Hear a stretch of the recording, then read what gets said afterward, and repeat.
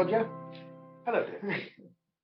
So, I think I wanted to talk to you about the fact that, you're a statistician, you've been a statistician for a few years, but more recently, you were exposed to data science. Tell me about that experience. Well, it happened really rather recently, and I think you caused it by your visit to Pakistan, and we were then invited to teach a regional course over Zoom about data science. And we then had to learn how data science compared with statistics. And you had to learn. I had to learn. Yes, you know everything. So you already been working in that for a bit. You've been working in that for a bit. So in reading the books on data science, I then was surprised to learn that I think in my definition, I'd been more of a data scientist for all my life than I thought. The things that people didn't recognize as statistics and I thought were part of statistics were a very respectable part of data science. Absolutely. And so I was really rather pleased by this.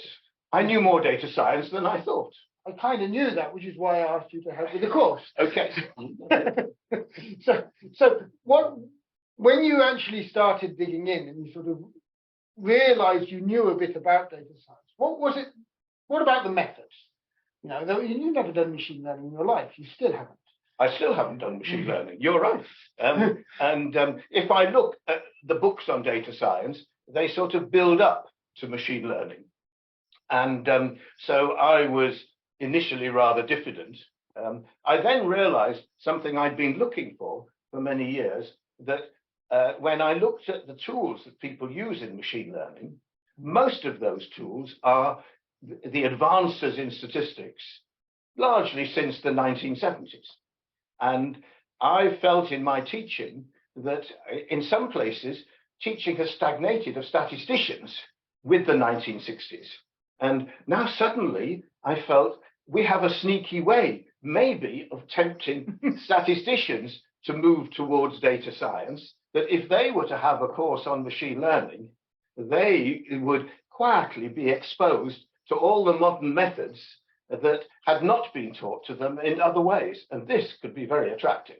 And this is part of the story you're going to tell in sort of your Down from the Mountains, which you have been telling since the 90s, which is why it's a bit out of date.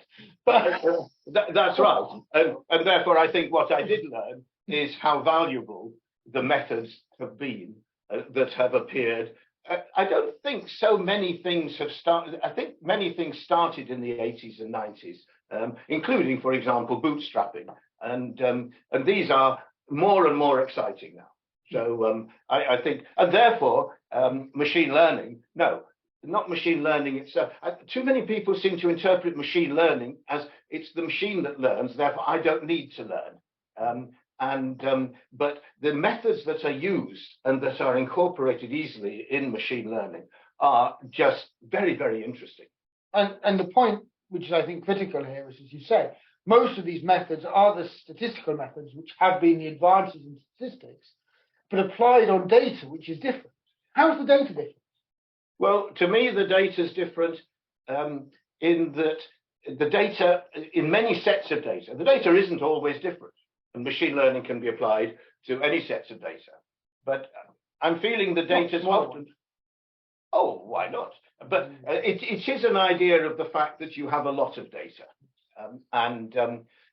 But also often, two things seem to me to be very different. The data keeps coming. And therefore, the learning can continue as you have new data. And that gets incorporated. And that seems to me is very attractive. The other thing that's different is the way the data are then to be used.